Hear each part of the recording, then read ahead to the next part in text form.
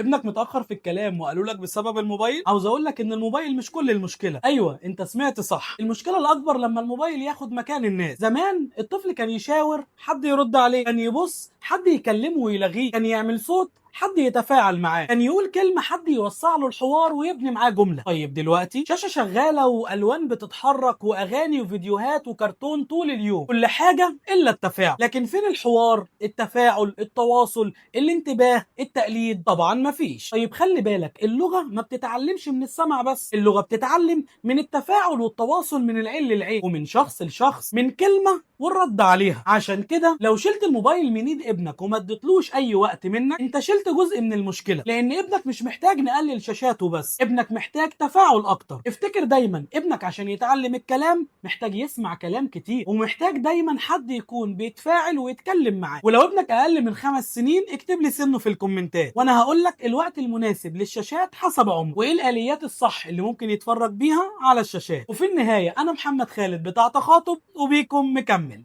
سلام.